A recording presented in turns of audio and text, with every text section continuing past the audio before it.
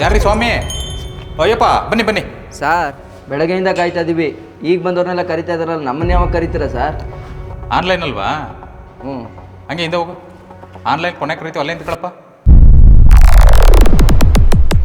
ರಸ್ತೆಯಲ್ಲಿ ಆಂಬುಲೆನ್ಸ್ ಬಂದರೆ ಏನು ಮಾಡ್ತೀರಾ? ಎಲ್ಲ ದೇವ್ರಿಗೆ ಬಿಟ್ಟಿದ್ದು ನಮಗೇ ಶರಣಮಾಯಿತು. ಲೆಫ್ಟ್. ಸರಿ ಒಂದು ನಿಮಿಷ ಹಂಗಲ್ಲ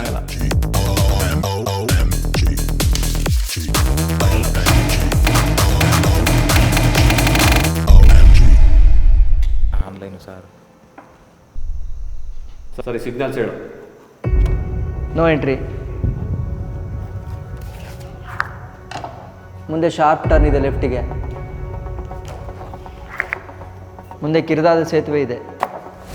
ಹಂಪ್ಸ್ ಇದೆ, ಹುಷಾರಾಗಿ ಹೋಗಿ.